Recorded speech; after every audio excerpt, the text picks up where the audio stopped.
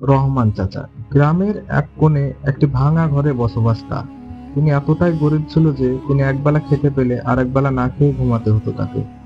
রহমান চাচার জীবনটা এতটাই কষ্ট ছিল যে সারা দিন সারা গ্রাম ঘুরে ঘুরে রাস্তার কিছু বোতল কুড়িয়ে জীবন যাপন করতেন তিনি।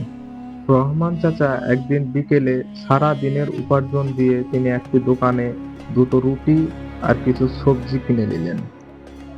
তারপর তিনি গ্রামের কাঁচা রাস্তা দিয়ে হাঁটতে লাগলেন আর মনে মনে ভাবতে লাগলেন, অনেকদিন পর আজ ভরপেট খেতে পাবো। গ্রামের কাঁচা রাস্তা দিয়ে হেঁটে যাচ্ছিলেন রহমান চাচা, কিন্তু কিছু দূর যেতে না যেতেই রহমান চাচার চোখে পড়ল একটা বাচ্চা ছেলে গাছের নিচে বসে কান্না করছে। তখন রহমান চাচা ছেলেটির কাছে গিয়ে ছেলেটির মাথায় হাত বুলিয়ে দিল আর ছেলেটিকে জিজ্ঞেস করলো, তুমি কাঁদছো কেন? তখন ছেলেটি বলল, আমি এই জন্য কান্না করছি যে আমি 2 থেকে 3 দিন কিচ্ছু খাওয়া দাওয়া করিনি। গরিব রহমান চাচার মনে দয়া হলো এবং নিজের খাবারের ব্যাগটা ছেলেটিকে দিয়ে দিল।